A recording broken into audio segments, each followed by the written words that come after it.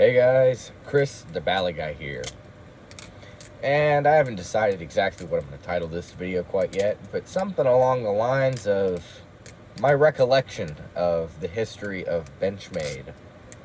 Or the best that I can recreate Benchmade history. Something along those lines, because I know a little bit about Benchmade's history, but I by no means remember every single detail to a T. But I thought it would be an entertaining video to talk about Benchmade, where it started, and where it is today. Because honestly, this video kind of stemmed from, man, Benchmade really isn't what it used to be. So, without further ado, sounds like I'm from Bama or something. Without further ado, I'll begin talking about Benchmade. So I know that Benchmade started off as a company called Pacific Cutlery Corp. I guess I'm going to be struggling to say every single word today. It's currently, what time is it? Oh, it's 12:11 a.m. It's February 22nd at 12:11 a.m. Wednesday. Yeah, that's how you know this is going to be a good video. I'm just kidding, but if I remember correctly, Les Diasis, which is like the guy that made Benchmade, started by making ballad songs because he wasn't happy with the quality of the ones that were being put on the market at the time. And you had your handmade Filipinos, and I'm not sure if the market of ballad songs from like the Chinese import market and all that, I don't know if those were around at the same time or whether they started copying him. That's one of the things I don't remember for sure. But I know that he wasn't happy with the current existence of the quality of ballad songs. So what did he do? He started making ballad songs under his own liking. And I know that people started liking them. I believe this was in California. I know that Benchmade founded in like 1987, if I remember correctly, which is I think why they named the 87 to 87, which is kind of not a very good reason. It's not like they made a outstanding product that was revolutionary in the sense that it was, I don't know, they reintroduced an old product idea in a way that a lot of people didn't like. I personally didn't mind it, but it wasn't revolutionary. But so yeah, Les Diasis, I know that people started liking his product, so I think that's when he started making knives under a company that he made called Pacific Cutlery Corp. And Pacific Cutlery Corp makes sense because it was a corporation on the Pacific of the United States. Son of a biscuit. I don't know if that even saved or not, or if that I guess they updated it. So my filming with my iPad here,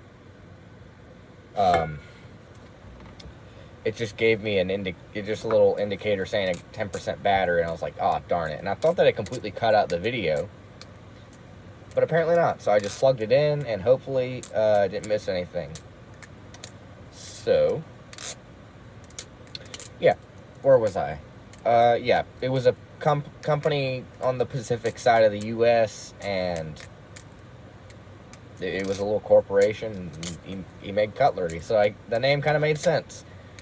And he was making products for a while, and I think what ended up happening was that the company went bankrupt. So he ended up dissolving and liquidating the company or whatever, and then went on to make Benchmade, which I do believe was founded in 87. And I don't know why I'm skeptical to say that, because I'm pretty confident that I know that it was in 87, obviously. Nothing I say in this video, disclaimer, I'm promising is accurate information. It's just my recollection, and it's just a one-way conversation between you and me. Just, I know people like listening to me talk and flip knives in front of a camera. I would do it on the other side of the camera and put my hand in front of my face holding my phone and flip my knife, but I don't really have places to do that. I prefer not being partially made of lead at the end of the night. So it's just my preference, you know, and I'm not going to walk around 300 square feet and do that. My apologies, but where was I? Oh, yeah. So anything I say, I promise, I do not promise is accurate information. It's just my recollection of it as best as I can. So, and the reason I'm skeptical to say that it was founded in 87, which I think it is because Yamaha was founded 100 years before that in Japan as an organ technician and not manufacturing, just technician company, a pipe organ technician company back in 1887. So I think that's why I'm skeptical. Only I would know both of those things, you know? Only I, Chris the Valley guy, would know about the foundation of Yamaha and Benchmade. Obviously, I'm being, what's the word, facetious? Sarcastic. Also, I lubricated my, my knives last night, and, they're getting a little oil on me, so I'm having to wipe off my hands. So, yeah. Benchmade, I don't remember what their first knife was. Well, keep in mind, Pacific Cutlery Corp, they made mostly, I'm pretty sure they made mostly stainless steel handled knives that were very reminiscent of the design that Benchmade used on the 42. Not in the same refined way where they have the large countersinked holes with little mini holes separating them, but just holes, just like a line of holes. And it was usually stainless steel, and they were all pinned at that time, I think. And then Benchmade ended up, or that was Pacific Cutlery Corp I was talking about. Benchmade ended up making a few more stainless steel pin knives, if I'm correct. I don't think they went straight to screws quite yet, because I know Benchmade the 44, so people don't all know all of the blade shapes for the 4X line, and the 40 was like the T, 40, it was like 40-T, and that was your trainer, and these didn't come out in the order of the numbers either, or at least I don't think. It wouldn't make any sense if they did, given the way that all of them were designed. So you had the trainer, the 40, the 4X trainer, which was a trainer blade, obviously. You had the 41, which was, I think, exclusively Zen pin. And I don't know if it started as titanium or stainless steel. All of these come in a stainless steel option from what I can tell, except for the 40T. And so you had your 40T. That one didn't have a red blade, if I remember correctly. But I do think some of the models had red handles. Maybe. I'm not sure about that one. But the 41 had a kukri blade, which, if you were to imagine this blade, it has a lot less belly. It kind of comes up, has a big, fat, meaty end of the blade, and then comes to like kind of a broad tip. And the knife kind of curves over as it comes down. And then you have the 42, which I'm flipping right here. Your classic Weehawk style blade. A Weehawk, I think it's kind of a rendition of the dagger. So a dagger would have a grind that's equal on both sides, that goes all the way down. And usually daggers are sharpened on both ends. So the Weehawk blade has this Weehawk blade. Yeah, that makes sense. This Weehawk blade just has a normal edge that's beveled. I don't think any of the blades are hollow ground, but yeah. And then you have this thing called a swedge right here. And I don't see a whole lot of Weehawks today anymore. Weehawk? I don't see a lot of Weehawk blades anymore. And this is not a sharpened portion, but I know back in the day people used to sharpen these because you can still flip it like a single-edged knife if you do that, because all your ricochets, if you're looking closely, for the most part, as long as you're careful, you're not really contacting that blade. But if you ever do something where your finger's sticking out, and you do that, you might be in a little bit of a world of hurt. And what benefit do you get by having a sharpened backside of your blade for a little bit? I mean, the whole point, from what I can tell of the Weehawk blade, is that it's made to have a better puncturing capability. So when you have the shape of a blade, it doesn't really matter if it's sharpened or not, because if it's ground thin like a blade, it's still sharp, which is why I don't consider those trainers that are like that are ground like a live blade but aren't sharpened. I still consider those live blades, even though they're really trainers, because guess what? If you put enough force into it, you're going to cut into something. And I know that you could say, oh, and this goes for this true. Oh my goodness. It goes for this as well. I mean, this is a blunt object, but if you try to lacerate skin with this thing, even though it's a 90-degree angle, if you try hard enough, it'll go through it. And it'll slice through it just very, very roughly. So, yeah, you got the 42 with its very stabby, capable blade. Next up is another crowd favorite. It's the 43. Very much a Bowie type of blade. Now, I wouldn't say it's...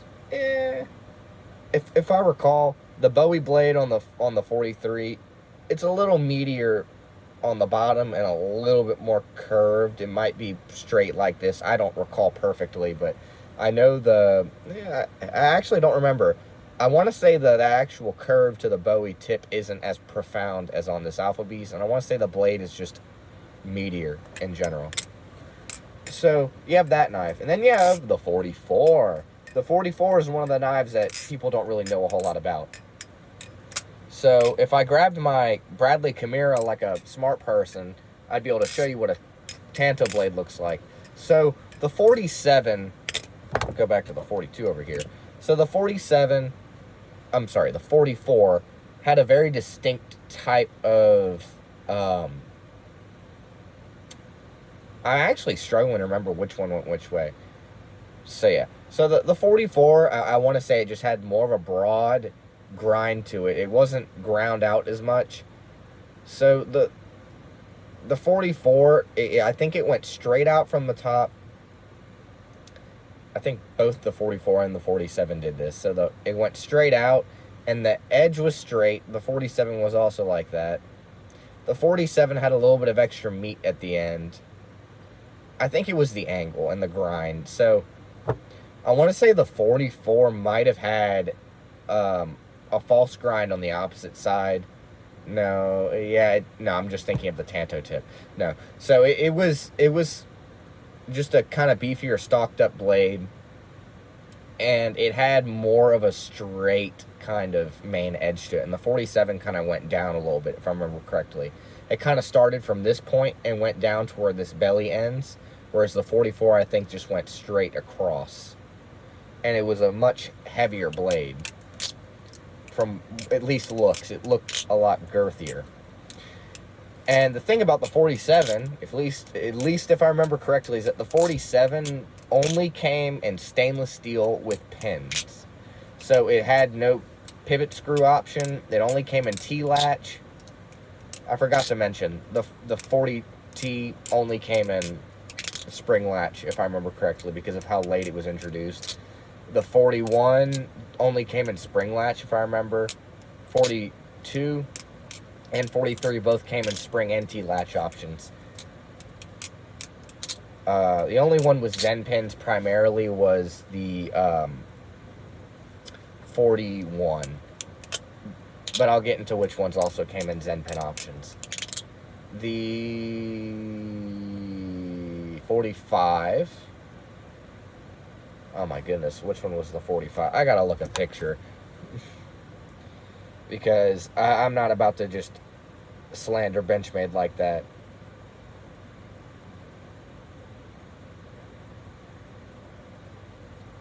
Okay.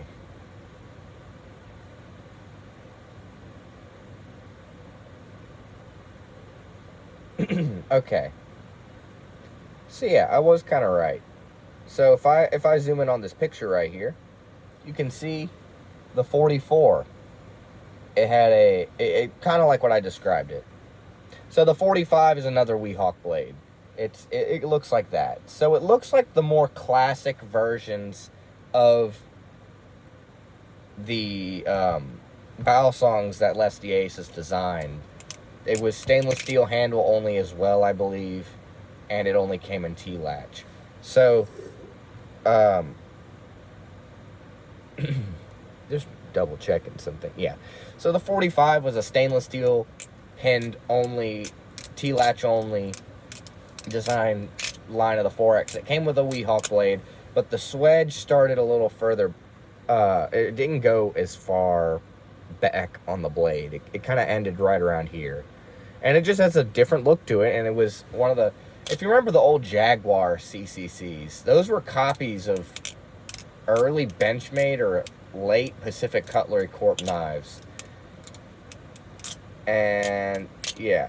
The Thug as well, I don't remember what company makes it, but that Chinese CCC, the Thug, that was another handle design that you see.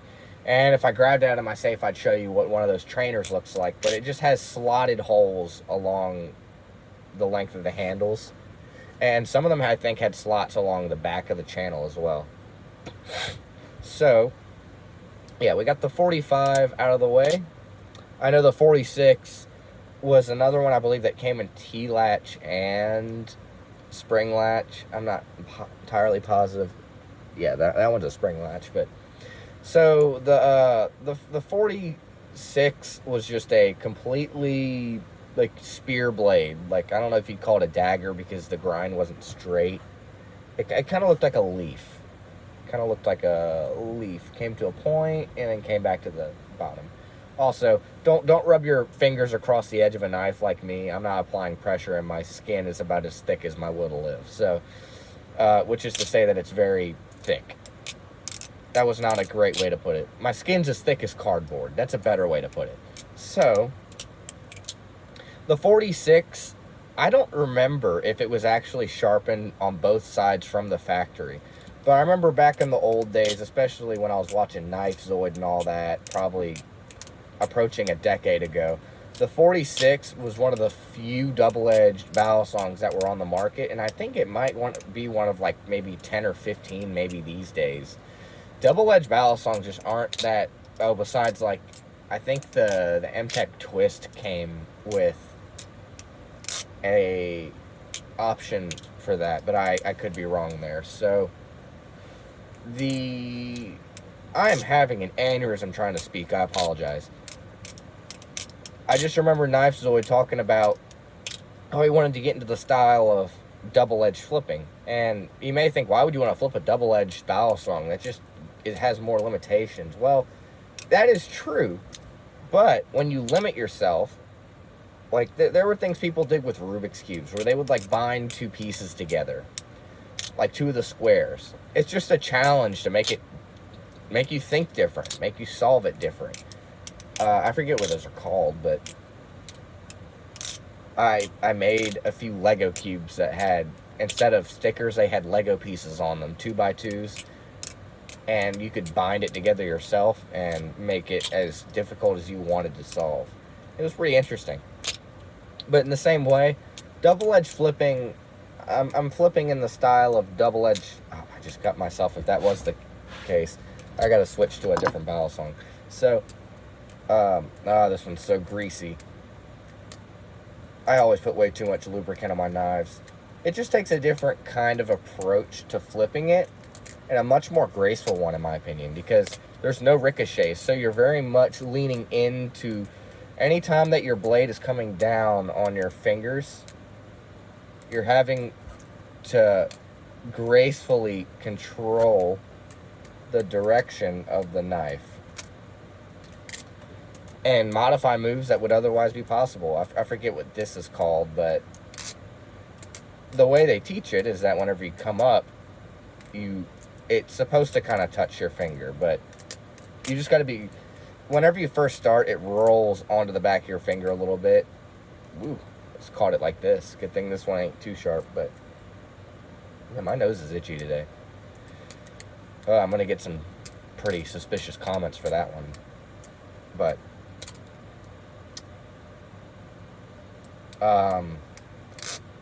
yeah. So the 46 was a double-edged balisong. I don't remember if it came sharpened both sides from the factory, but it was cool. And it's a relatively rare one of the bunch. It's definitely not the most rare, but people really liked the people that appreciated it at least liked the challenge of flipping a double-edged knife. Okay, I remember now. So the 46 did not come sharpened on both sides, but it was ground finely enough that you could sharpen it, and it was not a comfortable knife to flip like a normal balisong, where the spine is not sharpened. It's just not comfortable because it's ground so finely. So, yeah, that's the 46. I remember that. The 47. The 47 was like the 42, but it had a tanto blade, but it was not like the 44. It also, I mean, it had a tanto blade, but it like I said, it starts a little ground up higher towards the choil, and it kind of went down towards where the belly would be and comes to a point and then goes back up. Nothing like the 67 where like it would swoop up and then go back up to the top. But to say the least, it was definitely one of the crowd favorites because it came in titanium handles and it was just a cool blade. And I liked the way that it felt when I flipped one at Blade Show because of how it carried the weight at the end of the blade. Kind of like the Scimitar blade on the original Alpha Beast. I just like it. So, yeah, the 47 came in spring latch and T-latch options, titanium handles. Now the 48, I remember this one. I thought the 48 was really cool because the 48 was just different. It's like, why would you think to make that? But at the same time, I just was like, man, it's probably the best at actually cutting things and being used as a utility knife. And it was just a flat ground blade, at least, yeah, utility blade. I'll show you all a picture of that because I have it on my screen right now. So that's a 48 in the bottom middle. The 48, I don't even know anyone I've never seen pictures of a 48 that wasn't like a random forum post from like 2 decades ago, or like literally just stock images of the actual knife. So I don't know. I'd love to own a 48 one day. I think it'd be cool. They're only stainless steel handles with T-latches. I have no idea how many were made, but it wasn't many. I know that because I'd see them more often. If the collectors don't all have them, I'm sure the collectors have all of them. There's probably less of those than there are iterations of the 49, which is the next one. Me and cutlery lovers share something in common, and that is that our dream grail knife is the 49, which is the Chris blade. And if y'all don't know, that was my whole idea of my first channel name. It was the Titanium Chris. And I remember watching some YouTubers' balisong collection review where they just had like an unfathomably large, ridiculous amount of collection of knives. And this dude had a carbon fiber knife. It was handles and blade, carbon fiber. And it had like a carbon, or no, it had a titanium blade. My bad. It had a titanium blade, and I think it had titanium handle. That's what it was. It was titanium handles and blades, and it literally had like a carbon-coated titanium crisp blade, not crisp blade, but just a blade in general. And my idea was like, man, my dream balisong, if I was just going to design a balisong, it would be all titanium. It would have a crisp blade, and it would be all titanium, just like carbon coated. So arose the name, the Titanium Chris. And that was my original balisong name, and my profile picture at the time, for y'all that remember, I was holding my Chimera up against some sheetrock, my wall, like this. That, like if you literally just had this up against a white wall, in like 144p Samsung tablet from like the year 2012 resolution. So that was my profile pic, and that's why the 49 is so significant at this point in just my history, because that was my dream balisong before I even... That was back when I was watching that dude make paper balisongs, and I was making them at the time, and I was like, why don't I try Lego? So then I did that. Woo! I dropped my 42 on the floor. That ain't her way to treat such a respectful historic knife. So yeah, that's all of them. And the 49 has a lot of custom editions. I don't know all of them that do. I know the 42 does. A lot of them came in, I forget what it was like orange peel finish or whatever it was called. It was like bead blasted titanium, and it had like a very orange peel kind of texture to it. and they had like a purplish anodization to it that wasn't a perfect color, and those were mostly T-latch variants from what I can tell, but I know those came specifically, I know for sure came in the 42, the 43, the 46, the 47, and the 49. The 49 has one of the most expensive editions of any Benchmade Battle Song ever. There was like a run out of like 25. They have a bunch of like Cocobolo insert stainless steel handle crisp blade 49s, and they're just gorgeous, but they cost like, I don't even remember how much the most expensive one cost, but we're talking thousands and thousands of dollars. A lot of them came in T-latch and whatever variant. Some of them came in stainless steel. The 41 came in stainless steel. The 42 had a stainless steel variant. Y'all remember that 42 Damascus variant that Blade HQ did an overview of? It was like a custom series, and it was literally just the 46 before it came out, but in Damascus. Zen pins. The 42 had a few options with Zen pins. I don't know about the 43. I want to say the 46 had a Zen pin variant. The 49, I know, had Zen pin variants. That was some of the more expensive ones. At least I think. And the majority of them were kicker and tang pin. If you were to ask what my dream edition of the 49 is, I have no idea. They're all gorgeous to me. Honestly, I don't know if I could live with having one of the rarer ones, because I don't do documentary kind of stuff enough to justify owning it. Like, if you own a knife like that, you got to be doing a service to the people just to let them see it every now and then. Remind them that it exists, and that they're lucky to even be able to see video of it, because there were so few of them made, it's hard to even track them and be able to find them to begin with. I'd feel bad owning one of the 25 or one of the 25 run models or whatever. That just feels, I don't know, feels kind of selfish, honestly. I think it'd be cooler in a museum, maybe get to handle it once or twice in my life, but I don't know. Maybe, I don't know. I'd probably want the cheapest, most common one so that I can justify flipping it once in a while. Because what's a battle song if you can't flip it? And that's one of the reasons I wouldn't want to have one of the super expensive ones, because I'd feel like crap if I flipped it. So yeah, Benchmade made all of those battle songs. They made all those very influential battle songs. I mean, obviously no one's talking about the 48 these days, but no one's even talking about a 42 half the time anymore, which is sad, because it's a good knife. And obviously the 42 was the most manufactured and most sold of the battle songs. Oh yeah, back to the 49 again. A lot of those actually sold internally first, because the people that got to work on them, I think, got first dibs. But they were expensive. So, around after the 42, I know the 51 came out. The 51 Morpho. And I don't know how you can call this a Morpho, because it's definitely not the colors of a Morpho butterfly, but it was the 32 Morpho, the shorter of the two.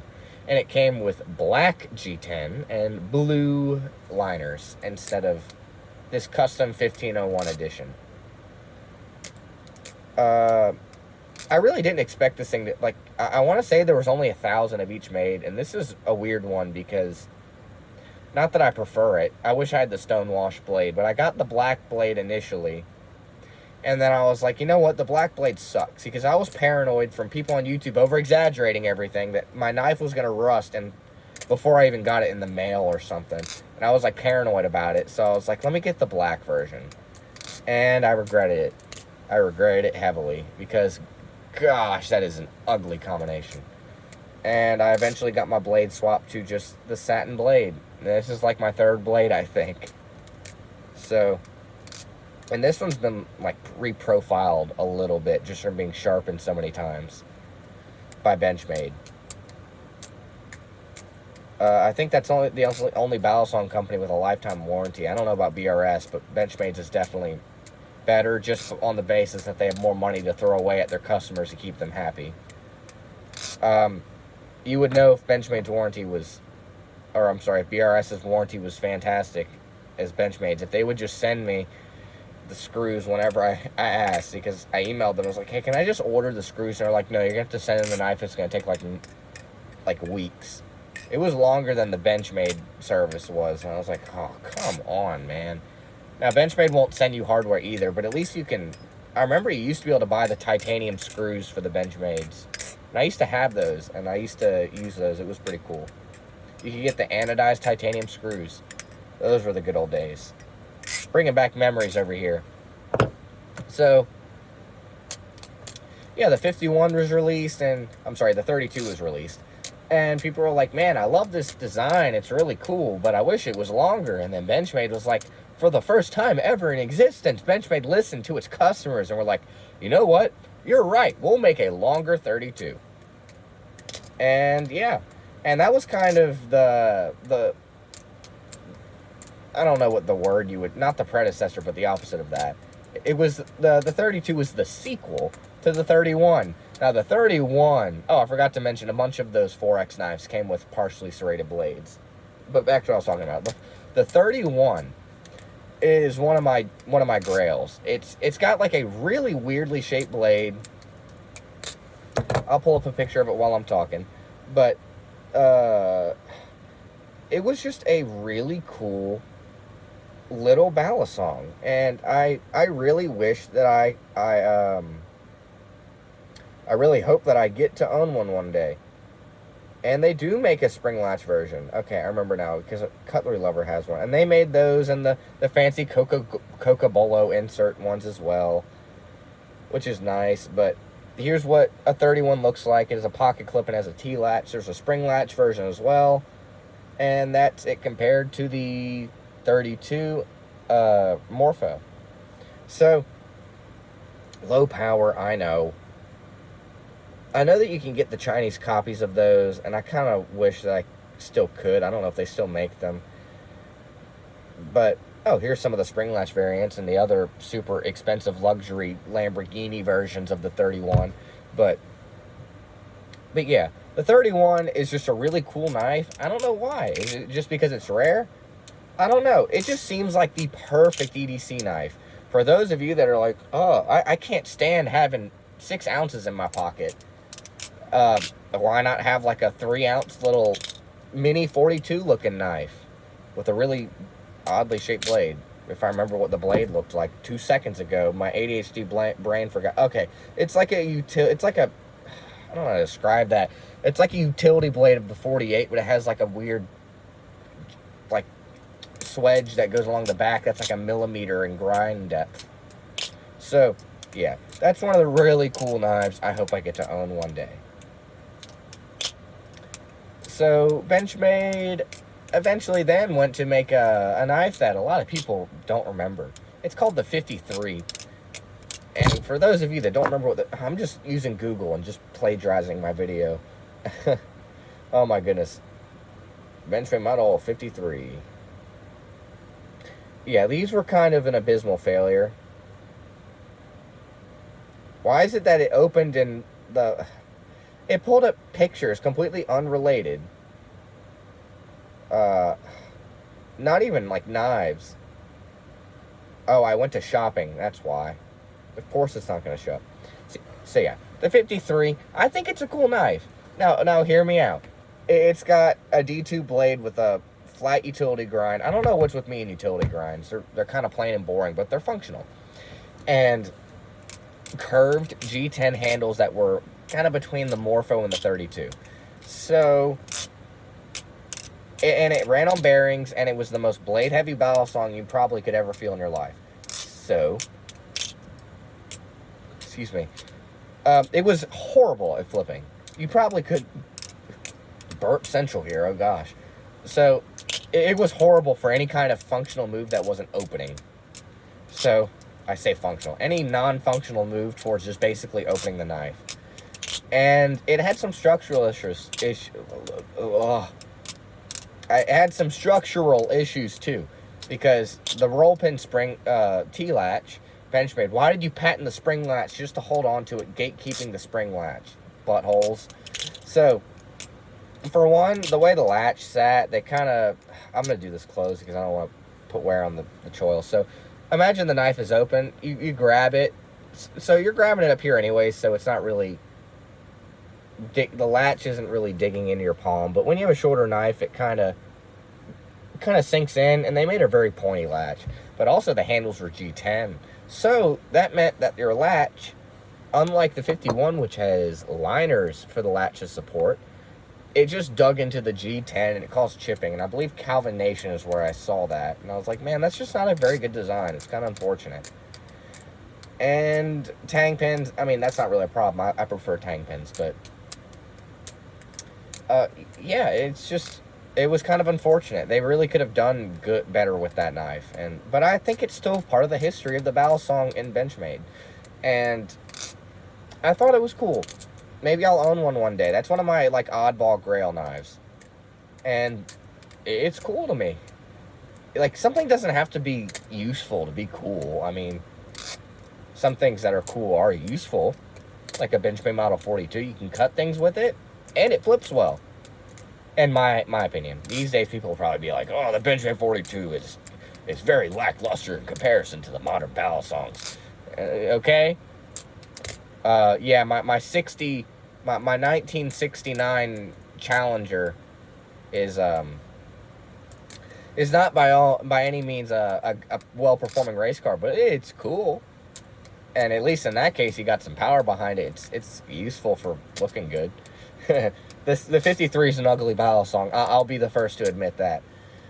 And then, alright, what was next up? So, bear in mind, for some reason, they just like to skip, like, every other number that isn't prime in the freaking number order. It's like, I'm surprised they haven't started using decimal points. They pick numbers that are so random. Oh, yeah, 6X. They made 3 lines out of the 6X, so they made 4. They made the trainer version, which had a red blade and stainless steel handles, only T-latch. Again, Benchmade, what the actual hell. And then 42, you know, I guess the 41 wasn't cool enough. The 43 and the, the 60T, the 62, the 63, and the 67. So the 62, I think, had a very similar blade to the 42. It was just a little rounder, if I remember correctly. The 63 had a much different Tanto design. I'd much more compare it to the likeness of the Alpha Beast Bowie blade variant. And the 67 had a very much of a curved slope down to the Tanto tip, and then it went straight up to the other tip, and it had an aggressive, like... It was just a very aggressive knife. And they put the most hideous and functionally stupid T-latch on it they possibly could. I'll never forgive Benchmade for that. I owned a 67 at one point, and people hated it, but I thought it was a very refined, nice-feeling knife. Now, keep in mind, everyone converted theirs to Flytanium conversion, so now I'm probably never going to own one ever again. Thank you, Flytanium, for making such a good product. But it was an era. I miss the 6X line. I think it's kind of a shame that they discontinued it. I think it's a shame they discontinued all the knives that they discontinued that everyone loves now. But yeah, I guess as I get older, I gotta watch crap hit the fan. I didn't even have to watch it whenever I got into Balisongs. I watched the aftermath of it, learning about the 42. I'll never remember. One of my friends in middle school was getting into Balisongs, and I told him, yeah, go watch some YouTube videos. YouTube's very resourceful for information. And he went and watched the infamous quality versus crap cutlery lever video where he compared a 42 to a cheap CCC he got for like $3. And my friend, he came up to me in school the next day, and he was like, I know exactly what knife I want to get. And I was like, oh yeah, which one do you want to get? And he was like, I want to get the Benchmade Model 42. And I was like, oh man, I hate to break the news to you, but those things are impossible to find. And I told him how much they cost, which back at the time was way cheaper than what they are these days. And his jaw hit the floor, and I felt bad for him. I was like, yeah, man, I had to face that news too. I'm sorry you did too, but yeah, but hey, we all get a 42 if we really want one. So his first Balisong ended up being a bare bones, which was a good choice. Back to the topic, though. The 6X, it was shorter. I understand why. They made it out of stainless steel, and for me, I like heavy Balisongs. Now, the 42, I think, is a great weight for what it is. I wouldn't ask for it to change, but I do love me a nice heavy barrel song that has some authority when I flip it open. Not for doing super complex tricks, but just I like the weight in my pocket, too. I like the feeling of holding it in my hand. It feels quality. It's like for the same reason that Apple puts titanium and stainless steel and back glasses and stuff on their phones, because people like the way it feels. And I like the way that a nice stainless steel polished knife feels. It feels luxurious and nice. And the way the Zen pins were configured with that knife and how that knife sounded when you flipped it, it sounded like a Rolex watch opening that knife and closing it. Now, I took a chunk off my pinky finger with that Tanto blade on that 67, but it was so worth it. I ended up selling it to get a different knife or trading it at some point, but I just love the 6X line. It's nothing like the 42. I wouldn't even say that it's a fair sequel to the 4X line. It's like I don't even want to compare it because it's just not comparable. It's a different knife. It just has a similar look and a similar numbering scheme, except missing 7 out of the 11 variants that existed in the previous rendition. So, yeah. The 6X is also near and dear to my heart. Now, I'm no Benchmade fanboy or anything. I just love Benchmade battle songs. They're memorable, they're iconic, and they're nostalgic. And I just like them. And people didn't like that the 6X was a battle song back in like 2015 that didn't have no play. It had tap. And again, I say, yeah, you hear this tap? That's music to my ears. And I mean that non-sarcastically. I love the sound of tap. There's nothing more nostalgic and reminiscent. Just hearing people just handle knives in their videos in front of a camera and hear the sound of the unlatched knife just roll around in their hand. It was just such a nostalgic part of watching those videos. And sure, a knife with no tap, it's nice. It's like having automatic windshield wipers on a car, or like having heated seats. But there's nothing comparable to like an old behemoth like my 92 van that I'm sitting inside of right now that has 2 fuel injectors, a dog cage or a doghouse air intake with a big circular air filter, and a non-variable valve timing V8 engine that's 5.9 liters and gets 10 miles to the gallon no matter how you drive it. It may not be the best thing in the world, but I prefer it. Sure, a nice luxury car is nice if you're just like experiencing the moment riding with someone else. And it puts me to sleep. I don't like it. I like something exhilarating that I can enjoy the quirks of and enjoy the way that things were back in the day. Because, for better or worse, things are made to a different standard these days. And in a lot of ways, that standard is better. And in some ways, it's arguably worse. And I just like the way things were made better in the old days. That not necessarily that they were objectively better, but they were better in my humble opinion. So back to Benchmade. I love tap. So yeah, they eventually ended up discontinuing the 6X line, and I was devastated. And then they discontinued the 51 at some point around there too, and that's sad. The 51 was a knife that I expected Benchmade to make forever. But there's so many in circulation now. It's probably Benchmade's most circulated battle song at this point. And I love it. Hopefully I'll own another black version of it that I can eat concrete for breakfast every single day. But I don't know about that. Use it as an actual utility knife. That's what I really want. I want a Benchmade Model 51 that I can use as an actual knife every single day. I want to get a 32 as well. Put one in each pocket per se. And use it, because that's what knives are for at the end of the day. And whether you're cutting objects that need to be cut, or whether you're cutting yourself trying to flip the knife properly, it's used for something at the end of the day. So then we get to 2016, 2017, and I was like, oh my goodness, I'm observing my first Benchmade ballad song get released while I'm watching it for once. And it was the 87, and I loved it. And I still kind of like it.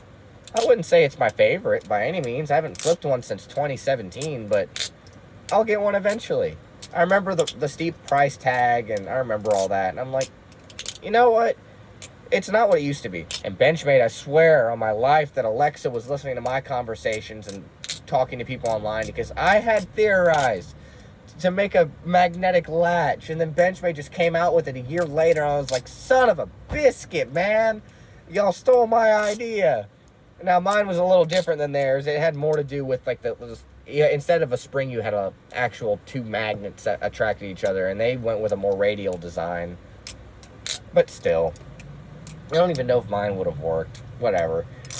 The Warrenclyffe blade on the 87, you know, it was basically just a flat edge that had it was a reverse Tanto blade. That's all it is. It looks like a box cutter. And I remember seeing memes of that back in, like, 2017, and I remember thinking, y'all are wrong for that, but that is kind of funny. Dropped it. It was on bearings, magnetic latch. Honestly, I think the handles are hideous. They're, like, bead blasted titanium, and they have, like, the weirdest design. They look like they're, like, ultra futuristic for no reason. By all means, I love the knife, though, and I like the way that it flips. I like how large it is in my hand. Now, nothing beats the slim factor and just the beauty of the 42 and the way that it feels in my hand specifically.